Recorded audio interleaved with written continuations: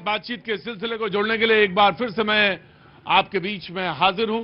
भैया जी कहीं मैं वो तमाम सारे लोग जो आज शरीक हो रहे हैं उन सबका बहुत बहुत स्वागत है, अपने मेहमानों का बहुत स्वागत है।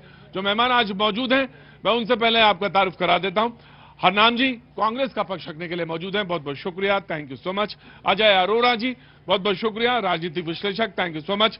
विनय सिंह बिन्नू जी समाजवादी पार्टी का पक्ष रखेंगे, बहुत बहुत शुक्रिया, थैंक यू सो मच। आम आदमी पार्टी का सारिका जी बहुत बहुत शुक्रिया, थैंक यू सो मच। पक्ष रखने के लिए मौजूद हैं आम आदमी पार्टी का शुभेंदु शेखर जी, बीजेपी का पक्ष रखने के लिए मौजूद हैं, बहुत बहुत शुक्रिया, थैंक यू सो मच।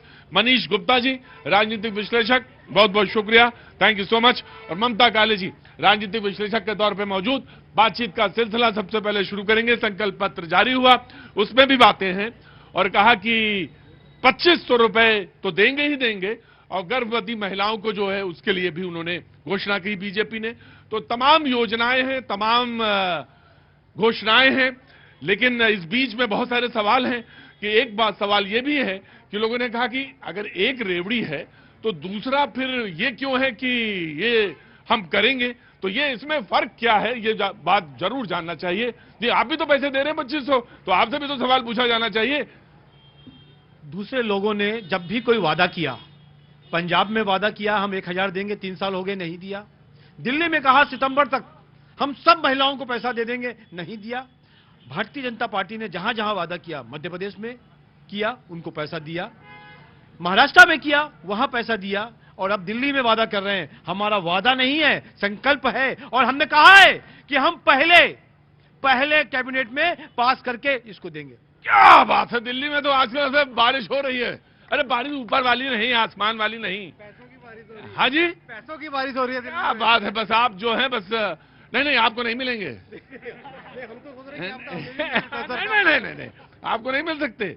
हाँ आपको मिल सकते हैं, हाँ मिल सकते हैं, आपको मिल सकते हैं, लेकिन आम आदमी पार्टी से पहले जानेंगे पक्ष जी। आपने भी बड़ी बड़ी घोषणाएं कर रखी हैं, फिर से सुना कि आज फिर एक घोषणा हो गई है। इतनी घोषणा हो गई मुझे बताना ही बड़ा मुश्किल लग रहा है, और मैं तो क्या बताऊं क्या, आप तो पहले ही डिबेट में देख रहे होंगे क्या क्या घोषणा हुई, तो वो सब दोहराएंगे नहीं, हम तो सीधे सीधे मुद्दे पे आएंगे जी।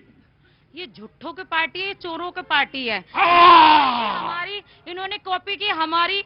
ये कहते हैं पहले ये मोदी जी से तो बात करें, क्या ये पूरा करेंगे कि नहीं। कि मोदी जी कहते थे केजरीवाल जी फ्री में रूढ़ी बांट रहे हैं, फ्री में रूढ़ी बांट रहे हैं। अरे तो आपको क्या जरूरत पड़ेगी फ्री में बांटने की, आपने क्यों घोषणा कर दी। अगर आपने घोषणा 2500 की थी तो 5000 की घोषणा कर देते ना, 2500 की क्यों घोषणा की। और आपको लगता है कि आपके बातों में लोग आने वाले हैं, या आपकी बातों में पूर्वांचली भाई बहन आने वाले हैं, या आपकी बातों में रेहड़ी पटरी या झुग्गी वाले आने वाले हैं। तो ये आपकी गलत फहमियां, बहुत गलत फहमी में हो। ये बताइए, सरकार ही नहीं बन रही है, जब आपकी सरकार ही नहीं बननी है तो आपके घोषणा पत्र का कोई मतलब नहीं है, इसको फाड़ के फेंक दीजिए। मैं बताइए, फाड़ के फेंक दीजिए। मैं आपसे पूछना चाहता हूं कि आपकी बात में, आपकी जुबान में क्या है जो इनके नहीं है, और मैं आपसे जानना चाहता हूं आपकी बात में, आपकी जुबान में ऐसा क्या है जो इनमें नहीं है। बीजेपी पहले एक ढीली पैंट पहन के आया आदमी, नीली पैंट, ढीली शर्ट, रेनॉल्ट का पेन। मैं घर नहीं लूंगा, मैं कोई गाड़ी नहीं लूंगा। घर भी लिया, 52 करोड़ लगाए, गाड़ी 36 गाड़ी और 105 लोगों की सिक्योरिटी। ऐसा व्यक्ति जिसने जो कहा वो नहीं किया, और ये कह रही है कि हम देंगे। अरे आपकी सरकार तो डबल डिजिट में नहीं आ रही है, 10 भी आपके नहीं आ रहे हैं। ये सब जनता जानती है कि इस केजरीवाल ने आज तक जो कहा वो पूरा नहीं किया। खाली आपने एक काम जो नहीं कहा, अन्ना ने कहा था ये मत करना, एक के साथ एक पौआ फ्री, वो आपने जरूर कहा। मैं आप ही के पास, अरे थोड़ा धैर्य रखिए, मैं आप ही के पास आऊंगा। जाऊंगा कहां, चलो जनता एक काम ये करे कि झोला लाए हो, झोला लाए हो, जोर से बोलना, झोला लाए हो, झोला लाए हो तो फैलाओ झोला, अभी पैसा दे रहे हैं। और सारी चीज तो महिलाओं के लिए, तो मर्द लाके झोला क्या करेंगे आप। अच्छा सारी चीज महिलाओं के लिए है। हाँ तो कुछ लड़कों के लिए, कुछ मर्दों के लिए। तो मैं तो निठल्ला बन के बैठो घर में है, चुपचाप काम करो। आ रहा हूं, रुको भाई, आ रहे महिलाओं के लिए सब है, रुको तुम लोग सब लोग के लिए कुछ नहीं, महिलाओं के लिए हुए बट रहा है जी। बोलिए आप जवाब दीजिए। ये केजरीवाल जी की गाड़ियों पे बात करते हैं, ये इनको उनके उस पे बात अरे रुको यार। महल पे बात करते हैं। मैं इनसे ये पूछना चाहती हूँ, जो आपके महाराजा जी ने, जो देश के महाराजा बने हुए मोदी जी, 2700 करोड़ का कोविड के टाइम में किसने इतनी बड़ी हवेली बनाई? 1 मिनट, अब मेरी बात सुन लीजिए आप। झूमर लाखों करोड़ों किसने लगाया? 5000 जूते में कौन पहनता है? 2700 कपड़ों के कौन कौन सेट बना के रखता है? और 10-10 हजार के 10-10 लाख आपके घर से मिला है। ये महिला झूठ बोल रही है। मोदी जी 25 साल पुराने उसी घर में रह रहे हैं जिसमें नरसिम्हा राव से लेके, एक मिनट सरकार जी आप सुनेंगे जनता का सो है। जिसमें नरसिम्हा राव से लेके मनमोहन सिंह तक रहे, उसी में प्रधानमंत्री मोदी रह रहे। मोदी ने कोई वो नहीं किया। वो आप लोग भ्रम मत फैलाइए। सुन लीजिए, आज दिल्ली की जनता त्रस्त है क्योंकि केजरीवाल ने 10 साल में कुछ नहीं काम किया। बाहरी दिल्ली के इलाकों में जाके मीडिया शो करे, देखे कितनी बुरे हालात में वहाँ के। भैया हम जाना चाहते हैं। अब कोई व्यवस्था करो कि हम बाहर यहाँ दिल्ली में शो कर पाए। कोई व्यवस्था करो जी। आया जस्ट अ मिनट। कांग्रेस कैसे हैं हालचाल? बहुत बढ़िया है। अरे कांग्रेस से पूछना पड़ रहा है। और कैसा लड़ रहे हैं चुनाव? बहुत शानदार तरीके से लड़ रहे हैं और बहुत रिस्पांस जनता लोग कह रहे हैं सरकार बना पाएंगे।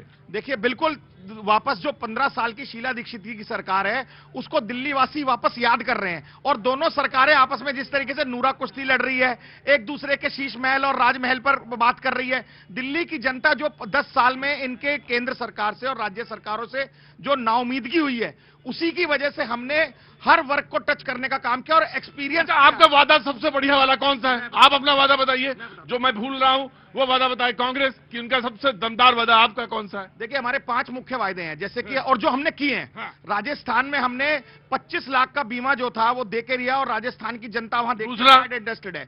दूसरा, हमने कर्नाटका में 2100 रुपए देते, यहाँ दिल्ली में 2500 रुपए देंगे और हम तेलंगाना में। तीसरा हमने सिलेंडर का मुफ्त वायदा किया था और 500 रुपए का हम सिलेंडर देंगे। ये हम महिलाओं को एक राहत देने का। चौथा हमारा युवा जो बेरोजगार है, जो कि ना 2 करोड़ मोदी जी ने रोजगार हर सालाना दिए, ना केजरीवाल सरकार ने दिए।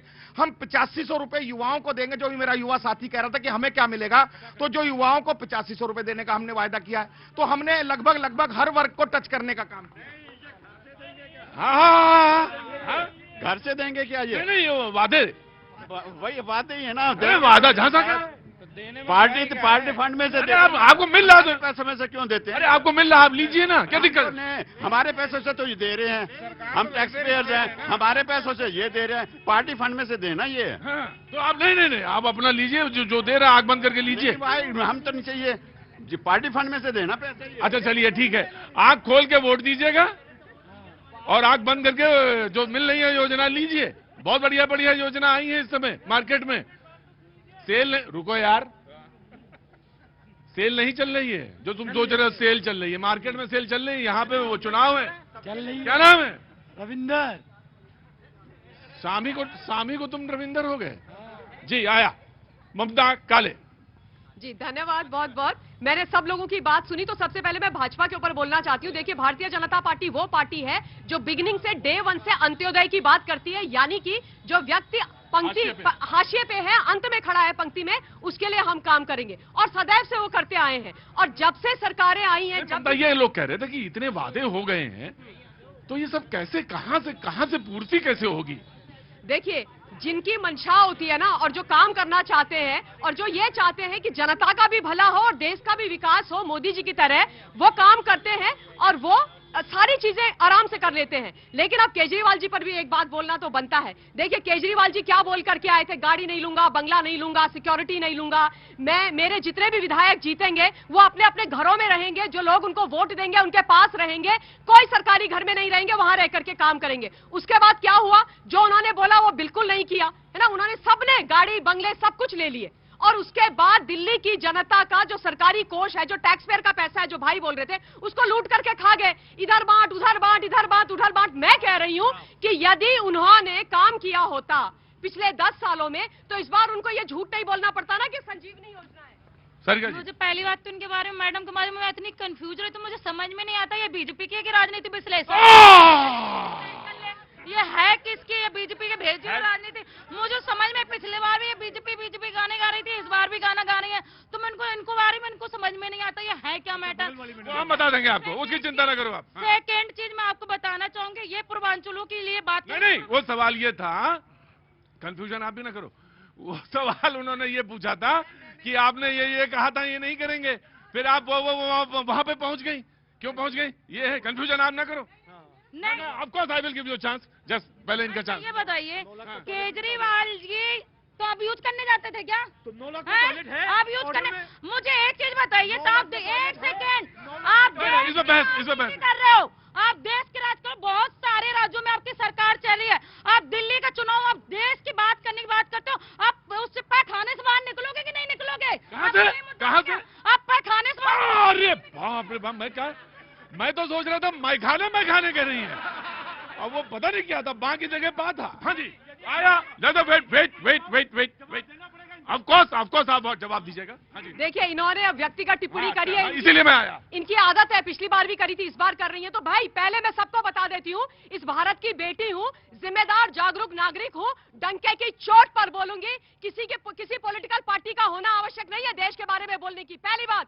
दूसरी बात, देश के आदरणीय प्रधानमंत्री जी की बहुत बड़ी सपोर्टर हूं, क्योंकि एक गरीब का बेटा पहली बार इस देश के अंदर प्रधानमंत्री बना है और वो इस देश की जनता के लिए काम कर रहे हैं। क्यों नहीं बोलूंगी भैया, क्यों नहीं बोलूंगी? इनका डर मारा है, इनका कुछ खाया है। और जो भ्रष्टाचारी है, जिस व्यक्ति ने दिल्ली के अंदर यमुना जी तो साफ नहीं करी, शराब की नदियां बहा दी, स्कूल के गली मोहल्ले और थानों के आगे और न जाने कहां पर शराब की दुकानें खोल दी, उनकी खिलाफत करूंगी, क्योंकि उन महानुभाव ने, मैं कट्टर ईमानदार हूं, बोल करके दिल्ली का भट्टा बिठा दिया।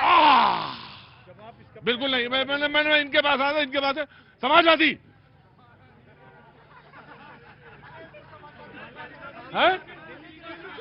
क्या करना है? दिल्ली चुनाव से उनको अरे बिल्कुल करना है, समर्थन देना है।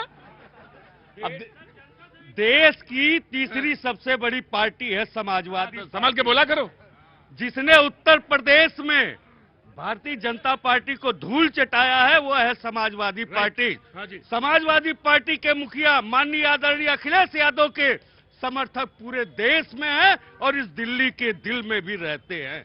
हम आए हैं आम आदमी पार्टी का समर्थन करने के लिए, क्योंकि हमें देश को बचाना है। भारतीय जनता पार्टी झूठ की एक पुलिंदा है, यह जो वादा करती है उसमें झोल नजर आता है। प्रदीप भैया क्लियर बता रहा हूँ, जैसे उत्तर प्रदेश में, यहाँ बहुत सारे लोग होंगे उत्तर प्रदेश में। हाँ। उत्तर प्रदेश में पिछले चुनाव में यह वादा करके आए थे, हम लड़कियों को स्कूटी देंगे। किसी को स्कूटी मिला है? नहीं मिला, झूठे लोग हैं। इन्होंने कहा हम छात्रों को आईपैड देंगे, किसी को मिला है? किसी को नहीं मिला। इन्होंने कहा था हम किसानों की बिजली फ्री करेंगे, कहीं फ्री हुआ? नहीं हुआ। इन्होंने कहा 62 मेडिकल कॉलेज उत्तर प्रदेश में खोले, हम बीजेपी के प्रवक्ता को चैलेंज देते हैं, 2 मेडिकल कॉलेज बता दे, हम इनका समर्थन करेंगे। नहीं है, अरे ये झूठे लोग हैं, ये झूठ की पाठशाला है। मुझे अपने समाजवादी वाले भाई साहब की बात सुन के बड़ा अच्छा लग रहा है। ये कह रहे हैं हम आपका समर्थन कर रहे हैं, और जिनका समर्थन इनके साथ है उत्तर प्रदेश में जहां हम खड़े हैं, कांग्रेस, उनको दूध में से मक्खी की तरह साहब निकाल करके फेंक दिया। शायद इसलिए फेंक दिया होगा क्योंकि उन्होंने हिमाचल भवन निर्माण का नीलामी करवा दी। उन्होंने वहां पर जो 300 यूनिट हिमाचल के अंदर बोला था कि फ्री देंगे, वो तो नहीं दी। जो बेचारों को 200 यूनिट बिजली फ्री मिल रही थी हिमाचल में, वो भी बंद करवा दी। तो इसलिए इन्होंने बोला कि मुफ्त का चंदन घिसवेरे नंदन। अरोड़ा जी, मैं डिबेट को घुमाता हूँ। अरे घुमा दो, जो वादा सभी लोग घुमा रहे हैं। जो वादा किया वो निभाना पड़ेगा, जो वादा किया प्रतीक जी निभाना पड़ेगा। 2 करोड़ नौकरी, भ्रष्टाचार, और जिस प्रकार से दिल्ली में यमुना मैली, पानी गंदा, हम तो टकटकी लगाए देख रहे हैं दोनों पार्टियों को, दिल्ली सरकार को भी और केंद्र सरकार को। मैं नहीं, दिल्ली की पूरी जनता देख रही है।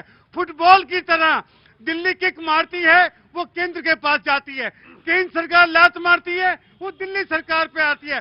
कोऑर्डिनेशन नहीं है, समन्वय नहीं है। जिस प्रकार से समन्वय स्वर्गीय श्रीमती शीला दीक्षित ने समन्वय स्थापित किया था, उस प्रकार से समन्वय स्थापित करें, देश की जनता के साथ न्याय करें। देश की जनता, दिल्ली की जनता त्राही कर रही है। राइट गुप्ता जी, दरअसल सच्चाई ये, जिस तरीके से कांग्रेस और आम आदमी पार्टी लड़ रहे हैं, मुझे लगता है नूरा कुश्ती है।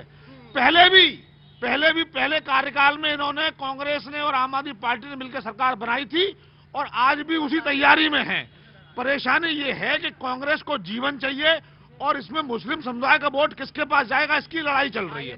इसलिए पूरे देश के बड़े बड़े नेता, शरद पवार से लेकर अखिलेश यादव तक, सबको भेजा जा रहा है कि अरविंद केजरीवाल को सपोर्ट करो, क्योंकि अगर कांग्रेस को जीवन दान मिल गया, अगर कांग्रेस दिल्ली में पावर में आ गई, बराबर की पावर में आ गई, तो पूरे देश से अखिलेश यादव को परेशानी हो जाएगी, उधर एनसीपी को परेशानी हो जाएगी, शरद पवार को, और इसीलिए कांग्रेस लड़ रही है। लेकिन इनमें मुझे दोनों पर डाउट यह है कि जीतने के बाद अगर ये दोनों मिलकर पावर बना लेंगे तो 100% एक साथ इकट्ठे हो जाएंगे। क्यों, ऐसा है, संभावना है? देखिए, दिल्ली की जनता जब भी मैंडेट करती है, क्लियर करती है कि 2013 में उन्होंने नहीं दिया था, लेकिन मैं आज आपको बता रहा हूं कि इस वक्त दिल्ली की जनता जो है भारी एंटी इनकम्बेंसी का सामना आम आदमी पार्टी और भारतीय जनता पार्टी कर रही है, और दोनों की सरकारों से दिल्ली की जनता जवाब मांग रही है। तो ना केंद्र सरकार ने अपने कोई काम किए, ना दिल्ली की जनता ने, दिल्ली की सरकार ने कोई काम किए। तो इस वक्त वापस उनके पास, दिल्ली की जनता के पास केवल एक वही विकल्प है जो शीला दीक्षित की चमचमाती दिल्ली थी। उसी चमचमाती दिल्ली को, कांग्रेस वाली दिल्ली को दिल्ली की जनता वापस लाना चाहती है, जिसमें राइट स्वाति, आपन लइका सोना चांदी, आन के लइका गोबर माटी। अभी जिस तरह अपना बेटा सोना चांदी, अपना बेटा सोना चांदी, हाँ। और दूसरे का गोबर माटी। हम जब घोषणाएं कर रहे थे तो वाह वाह, और वही घोषणाओं को और बेहतर ढंग से किसी और ने कह दिया तो छी छी। ये हाल है दिल्ली के घोषणा पत्र का। बहुत सारी घोषणाएं हुई हैं, बहुत सारी पार्टियों ने घोषणा की है, लेकिन जनता को ये समझना होगा कि कौन सी घोषणा जो है वो जमीन पे उतारी जाएगी और कौन सी घोषणा बेहतर है। हमने ये अच्छा, ये बताइए, सब किसी ने 25 कहा, किसी ने 21 कहा, किसी ने शायद 2000 या 25 का, 2 जगह 25, 1 जगह 21। तो मतलब इसमें किसी को संदेह होगा कि अगर कोई आ जाएगी, मान लीजिए इन तीनों में से कोई भी आएगी तो 25 वाली भी देगी, 21 वाली भी देगी? नहीं। हाँ। क्यों 21 वालों ने पंजाब में कहा दिया, ये 25 वाले पहले जो लेकर के आए हिमाचल में कहा दिया, हिमाचल में कहा दिया, और ये 15 लाख की घोषणा की थी 2020 में। उन्होंने कहा कि जहाँ झुकी वहाँ मकान, 5 लाख महिलाओं को मकान किया जाएगा। आपने किया नहीं? 15 लाख की घोषणा कोई नहीं हुई थी, और ये भाई साहब अभी पता नहीं क्या क्या कह रहे थे कि ये किया वो किया, कुछ नहीं किया। और ये 2 लोगों की दोस्ती जो यूपी में कभी किसी काल में दिख रही थी, 2 लड़कों की दोस्ती, वो टूट करके अब केजरीवाल जी के साथ चिपक गए हैं। Right, very quick. 15 लाख वाला करेक्शन कर देती हूँ। ये 15 लाख के लिए लगातार ये पूरे का पूरा विपक्ष बोलते रहता है। देश के आदरणीय प्रधानमंत्री जी ने बोला था कि इस देश के अंदर से इतना कालाधन बाहर गया है कि यदि वो वापस आ जाए तो 15 लाख सबको मिल जाए, इतना सारा है बाहर। ये नहीं बोला था कि मैं ला करके दे दूंगा। माननीय प्रधानमंत्री जी ने अगर बोला,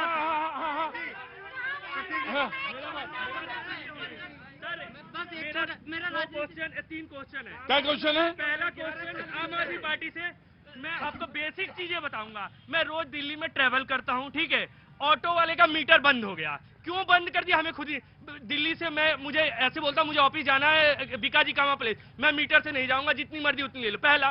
दूसरा, आम आदमी पार्टी से ही क्वेश्चन है, मंडावली में मैं वहां से लक्ष्मी नगर जाता हूँ, रोडें इतनी खराब है, या मुंडका से आप चले जाओ पीरागढ़ी वाले रोड जाम है। तो इनसे मेरा 2 क्वेश्चन था।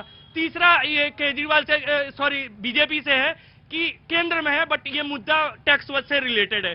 सीतारमण जी से आप पूछिएगा कि मैं टैक्स देता हूं, ऑलरेडी मेरे पैकेज से डिडक्ट होके आता है टीडीएस। उसके बाद मैं कोई सामान खरीदने जाता हूं तो उस पैकेज में रेंट देता हूं, ये देता हूं, वो देता हूं, उसके बाद इतनी से पैसे बचते हैं जिससे मुझे घर भेजना होता है या फैमिली चलाना। ये पूछिएगा टैक्स पे टैक्स कब खत्म होगा। लास्ट सवाल आपसे है, जो मीडिया वाले हैं, जो हर 5 साल में जब चुनाव होता है तो बाहर निकलते हैं, आप लोगों को मेरे हिसाब से 6 महीने में, जैसे इनसे आप लोग डिबेट करते हैं ना, वैसे ही आप लोग मीडिया से बाहर निकल के और बेसिक प्रॉब्लम जाके जनता के बीच देखिए आप लोग। क्या नाम है? प्रॉब्लम क्या नाम है तुम्हारा? मेरा नाम गौतम जायसवाल है। गौतम जायसवाल जी, मैं देवरिया डिस्ट्रिक्ट का रहने वाला हूँ, जोगी जी के वो उससे आता हूँ, बट मैं दिल्ली में पिछले 20 साल से रहता हूँ। राइट, ठीक। गौतम जी,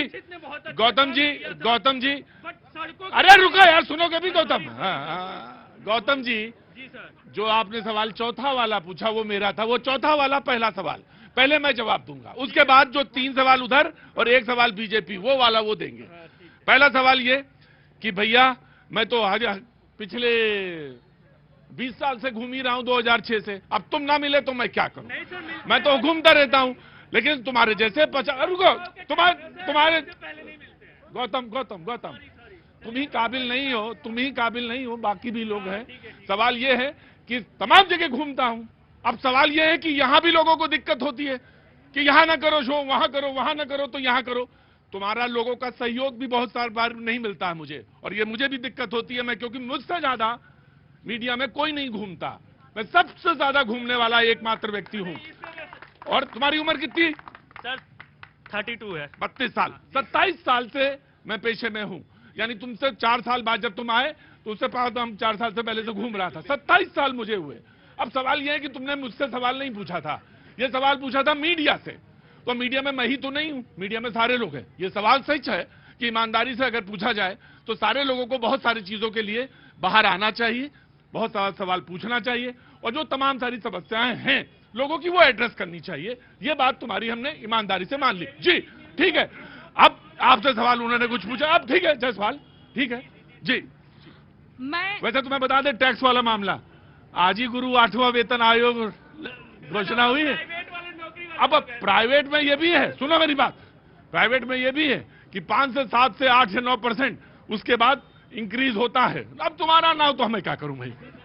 मैं इनसे ये पूछना चाहती हूँ, उससे पहले शीला दीक्षित जी थी। हाँ। शीला दीक्षित जी मुख्यमंत्री रही 2-3 बार, क्या उससे पहले, एक मिनट अब मेरी बात सुन लीजिए ना, मेरी बात सुनिए। ना गुप्ता नहीं, पहले इनको बोले दो, गुप्ता पहले बोलेंगे। है फिर मैं आपको भी खोलना शुरू कर दूंगी, अगर आप चाहते हो तो मैं खोल दूंगा आपको। है आप कांग्रेस, 1 सेकेंड, आप आम आदमी पार्टी अब कर रहे हो 3 सीटों में जाकर के आपने जाके, मैंने भ्रष्टाचार की बात नहीं की है, 3 सीटों में आप जाके गठबंधन करके आ गए बीजेपी के साथ में। कालका जी, नई दिल्ली, जंगपुरा, आप बताओ आपके कैंडिडेट के पास में पैसा गया कि नहीं गया? आप झूठ बोल रहे हो, मोदी जी ने पैसा भेजा कि नहीं भेजा है?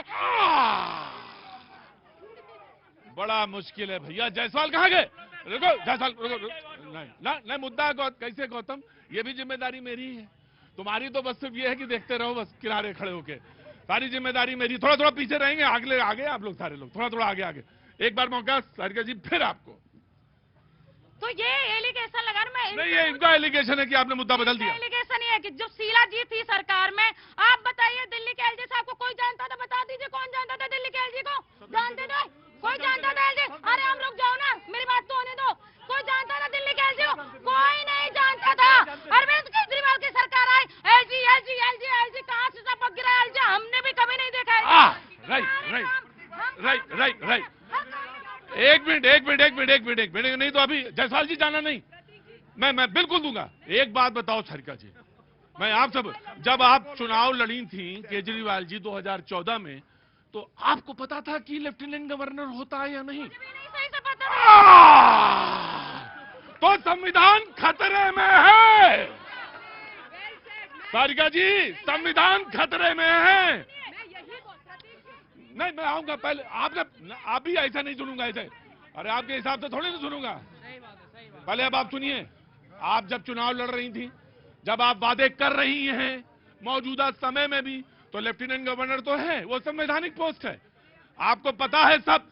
जब आप वादे करती हैं तो मुंह इतना बड़ा खोलती हैं, और जब आप कहते हैं अरे नीचे वाला तो हाथ लगाया ही नहीं, मुर्गा तो इतना बड़ा होता है।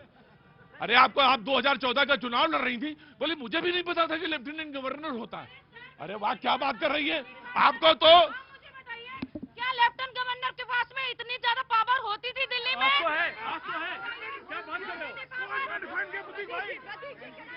ऑफ कोर्स, या तो सारिका जी कॉन्स्टिट्यूशन पढ़िए तब आइए।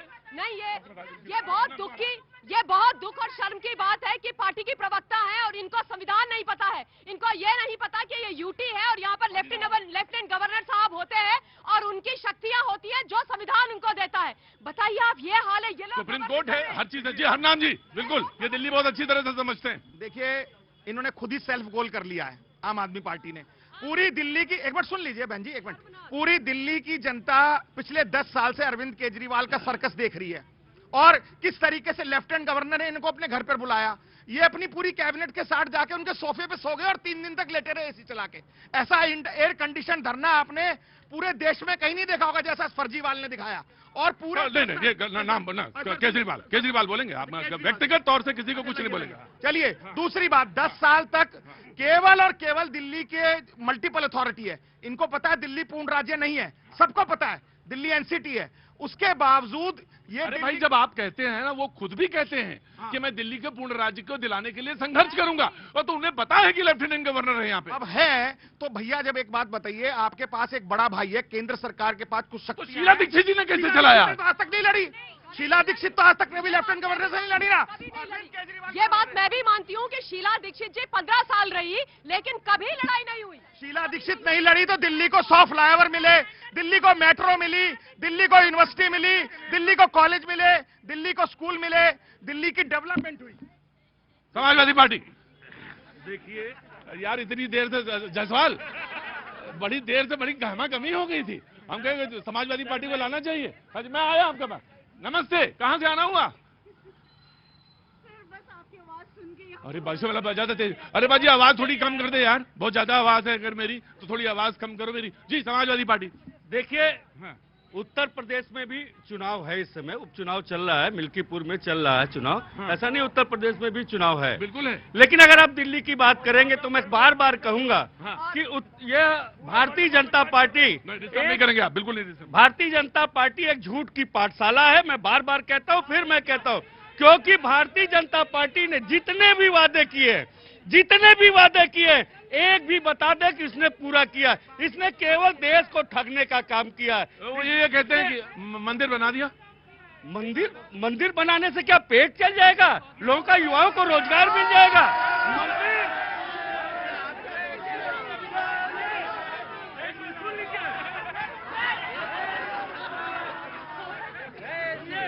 आप कहेंगे ना ये मीडिया वाले बड़े बदमाश होते हैं। अरे ये कह सकते थे कोई, मैं आ रहा हूं, वहीं आ रहा हूं, चलो वहां पे। बोले ये मीडिया वाले बड़े बदमाश होते हैं। अरे कोई और बात कह देते, क्यों कहा मंदिर वाली बात? अरे 370 बोल देते कि 370 बना। मंदिर एक आस्था का है, आस्था का विषय है।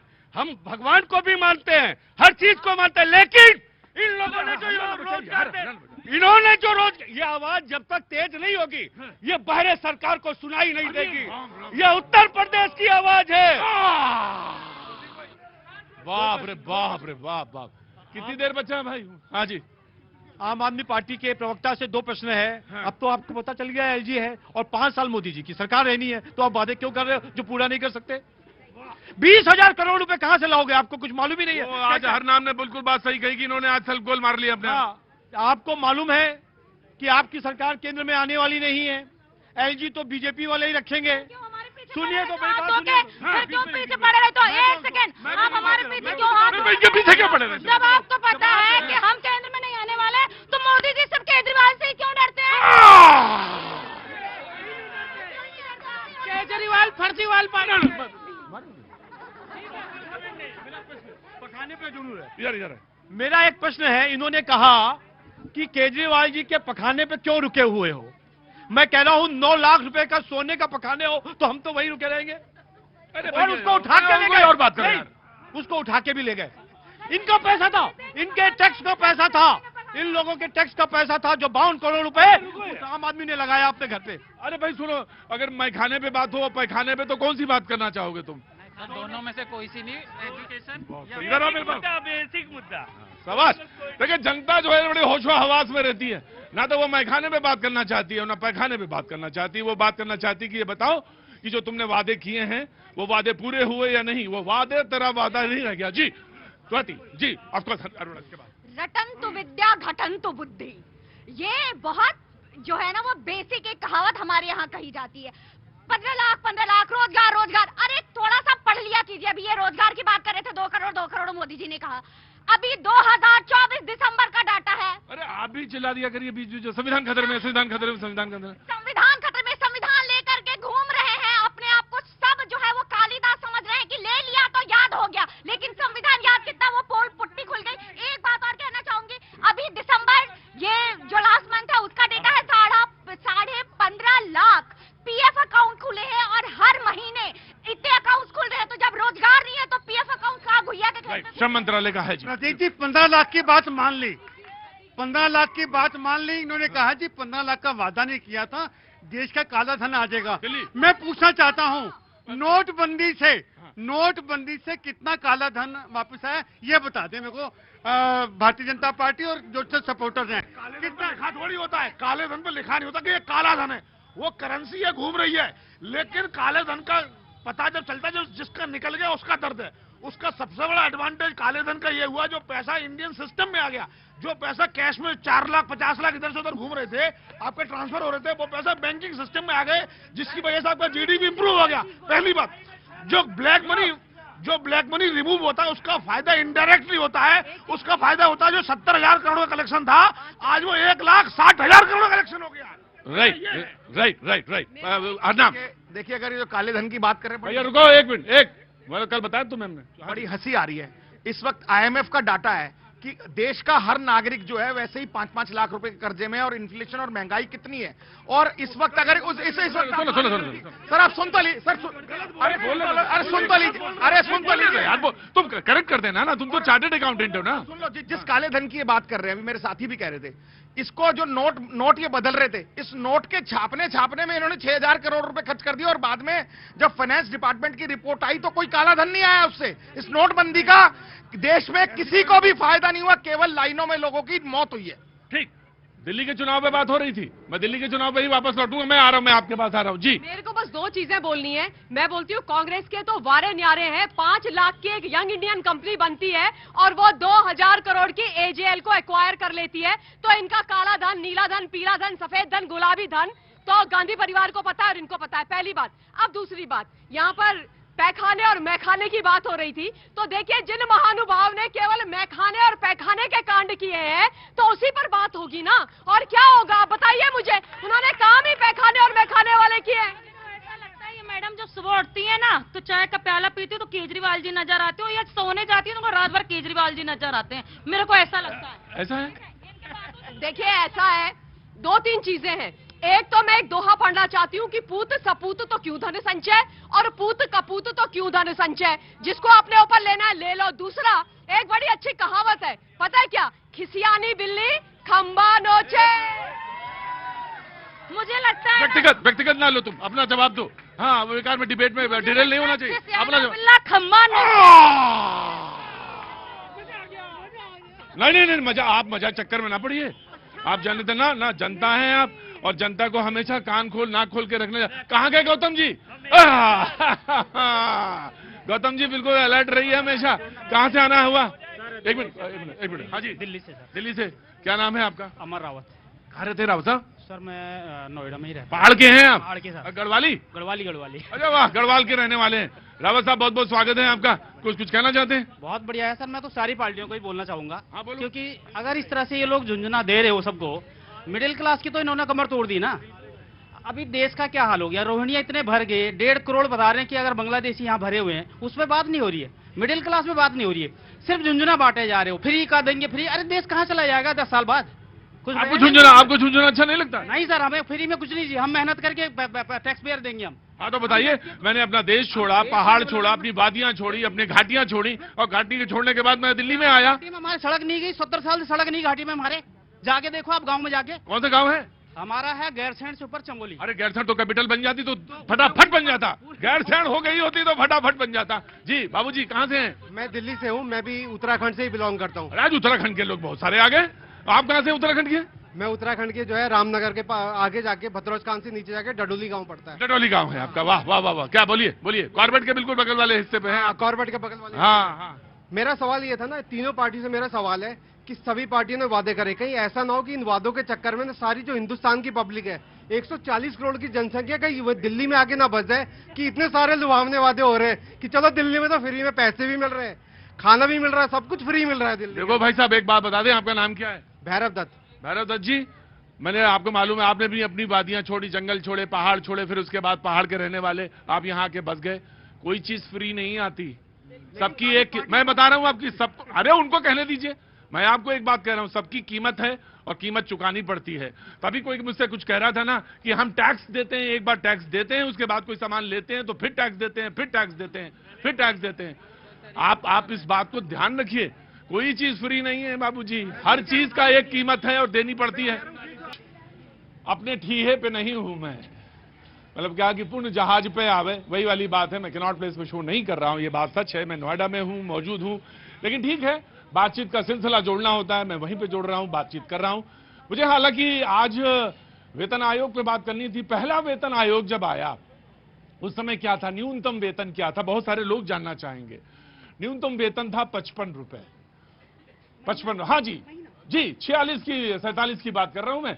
वो गठित हुआ था 46 में, डेट एग्जैक्ट अगर मैं बताऊं तो 46 में, और आया वो 47 में। न्यूनतम वेतन केंद्रीय कर्मचारियों का उस समय 55 रुपए तय हुआ था, और जो उसका ध्येय था वो ये था कि जीवन यापन के लिए वेतन।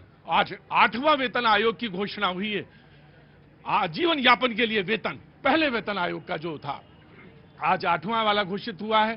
तो उसमें वेतनमान से मतलब यह कि सरकारी कर्मचारियों के जो उनकी सैलरी है, सैलरी स्ट्रक्चर है, उस पर बातचीत और उसी पर होती। लेकिन मेरा सिलसिला तो कुछ और आज जुड़ा हुआ था, चुनाव पे बात थी जी। जिंदगी तुम्हारी गुलाब के फूल की तरह हो, मेरा तो यही कहना है। बातचीत के सिलसिले को जोड़ूंगा, वो तमाम सारे लोग जो मौजूद हैं उन्हीं से सिलसिला जोड़ता हूं जी। पीछे जी, जी जनाब, कैसे हैं आप? बहुत अच्छा जी, बहुत अच्छा। क्या नाम है साहब? सर मेरा नाम रजत जैन है जी, और मैं महादेव की नगरी हरिद्वार से आया हुआ हूं। क्या बात है, हर का द्वार, बहुत अच्छा, बहुत ही अच्छा लगा। और कुछ कहना चाहते हैं? सर नया साल है, नया साल शुरू हो रहा है, सभी के घर में संपन्नता हो, सभी सुखी रहें, सभी का स्वास्थ्य अच्छा हो। मेरी अच्छे आदमी है जैन साहब आप, ऐसे लोग मिलते नहीं है मुझे, यकीन मानिए मैं ताबीज बना के पहन लूं आपको। हाँ, कहाँ मिलते हैं ऐसे बटोर के रखने वाले लोग हैं आप? नहीं सर, सच में।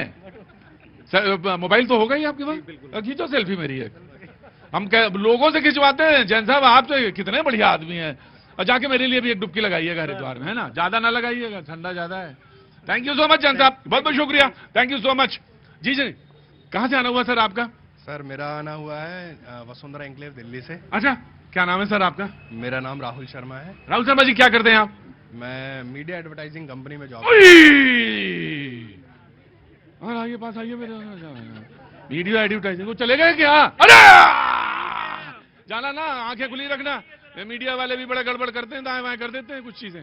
जी बहुत बहुत शुक्रिया sir, thank you so much, आपका स्वागत करता हूं अपने शो में। कुछ सुनाना चाहते हैं?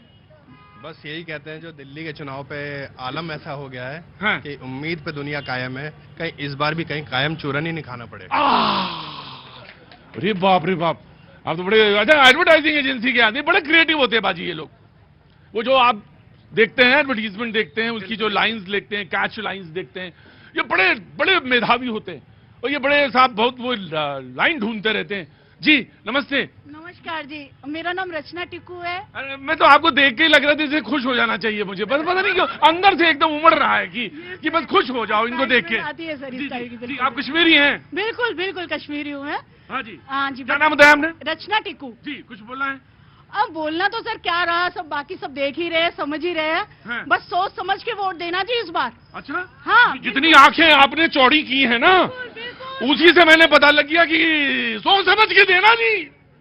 जी सही कह रहे हैं, समझ के, माइंड को खोल के, दिल दिमाग को, फ्री का मत लेना किसी से भी। ये ऐसा ही एक सज्जन बोलते, मुझे आपको देख के एक सज्जन याद आ गए, वो ऐसे ही बोलते हैं।